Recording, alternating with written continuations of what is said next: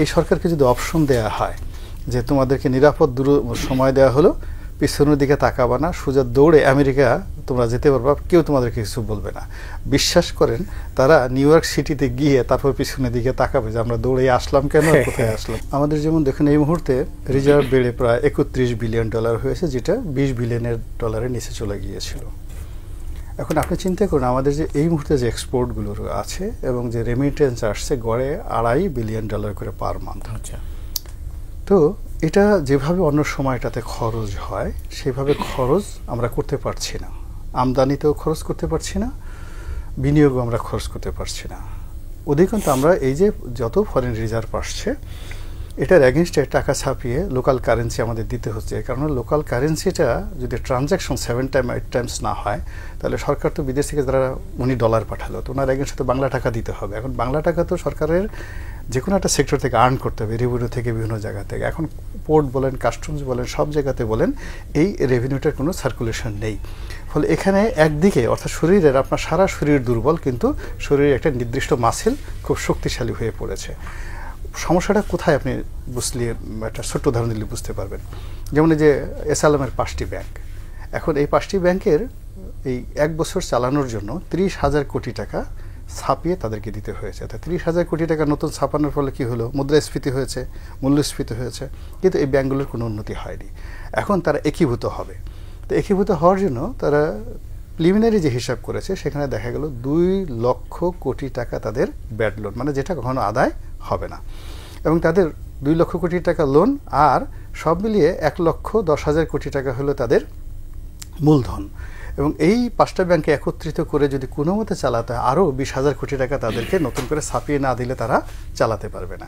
এবং এই মুহূর্তে তাদের যে শেয়ার ভ্যালু রয়েছে অর্থাৎ 100 টাকা শেয়ার ভ্যালুর মূলত 30 টাকার অ্যাসেট তাদের আছে, বাকি 70 টাকা কখনো আগে আসবে না। ফলে এই 70 টাকার যে লো ফল এটা সরকার কিভাবে আগামীতে সমাধান করবে এটা আমার মাথায় আসছে না। তো এরকম অনেকগুলো সমস্যা, যে সমস্যাগুলো খুব সহজভাবে সরকার নিতে পারতো। আমি জাস্ট একটা ছোট্ট উদাহরণ দিই। আমি অভিষেক বচ্চন এবং অমিতাভ বচ্চনের একটা ডায়ালগ শুনছিলাম, দুজনের বাপ বেটার একটা ডায়ালগ, অসাধারণ একটা ডায়ালগ।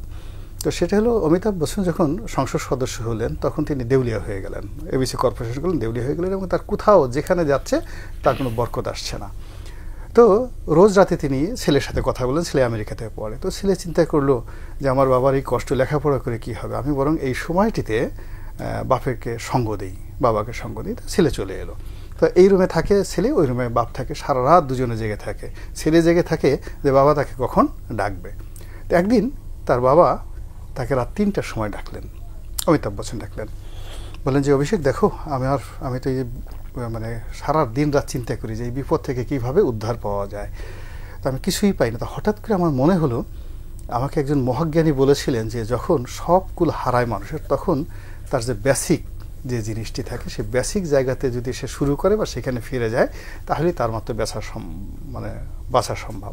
তা আমার তো বেসিক অভিনয়, তাহলে এখন আমি তো অনেকদিন যাবত অভিনয় করি না, আমাকে এই অভিনয়ে ফিরে যেতে হবে।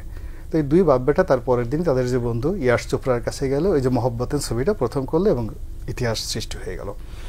এখন শেখ হাসিনা চলে যাওয়ার পরে সত্যিকার অর্থে আমাদের একেবারে আমরা দেউলিয়া হয়ে গেছি। শাসনতন্ত্রে দেউলিয়া, শাসন প্রণালীতে দেউলিয়া, মানে সাংবিধানিক সংকট। মানে উনি যেভাবে সংবিধানটা করেছেন itself is a dangerous element. যারা আন্দোলন করেছেন সবার জন্য তো একটা মৃত্যুকূপ। তাহলে শাসনতান্ত্রিক দেউলিয়া, শাসন প্রণালীতে, অ্যাডমিনিস্ট্রেটিভ সিস্টেমে দেউলিয়া, অর্থনীতিতে দেউলিয়া, মানুষের মন মানসিকতায় দেউলিয়া, এবং টোটাল রাজনীতির যেটা ভাইব রয়েছে, একটা রাজনীতিতে অলমোস্ট তাদের নিজের যদি 35% সাপোর্টার থাকে, অন্যান্য দল মিলিয়ে ধরেন অলমোস্ট 50% লোক যারা দৌড়ের উপর পালিয়ে গেছে, তাহলে একটি শূন্য জায়গার মধ্যে যে দেউলিয়া, সেই দেউলিয়াতের মধ্যে সরকারের প্রথম যে কাজটি করা উচিত ছিল যে একটি রাষ্ট্র পরিচালনা করার জন্য আমাদের ফান্ডামেন্টাল এবং বেসিক জিনিসগুলো কি, এবং সেই বেসিক জিনিসগুলো যদি তারা বলতো যে আমরা আইনশৃঙ্খলা, সুন্দর একটা গতানুগতিক নির্বাচন এবং আমাদের যে ট্যাক্সেশন ব্যবস্থা, একেবারে গতানুগতিক যে ট্যাক্সেশন ব্যবস্থা, 3 থেকে 4টি বেসিক জিনিসগুলো নিয়ে যদি রাষ্ট্র আগাতো আমার কাছে মনে হয় এই সমস্যা হতো না। ধরুন এইবার একটা ছোট্ট উদাহরণ বলি, গত 1 বছর যাবত আমাদের কাস্টমস, আয়কর কোথাও কিন্তু ভালো ট্যাক্স আদায় হচ্ছে না এবং এর একটার পর একটা বিপ্লব করে যাচ্ছে। এবং আমি যতটুকু জানি অলমোস্ট 60,000 কোটি টাকা মানে ভ্যাট, ট্যাক্স এবং 3টা জায়গাতে এখন পর্যন্ত ডেপ্রিসিয়েশন আছে।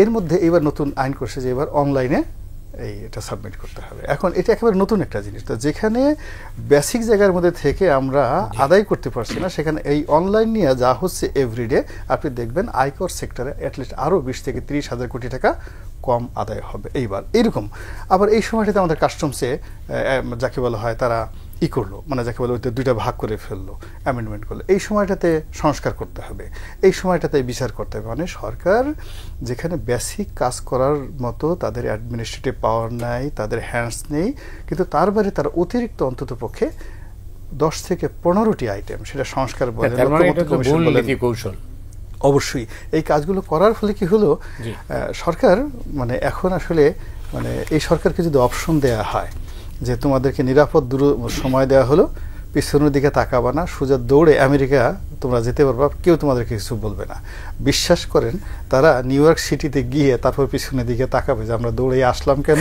কোথায় আসলাম, এই অবস্থায়।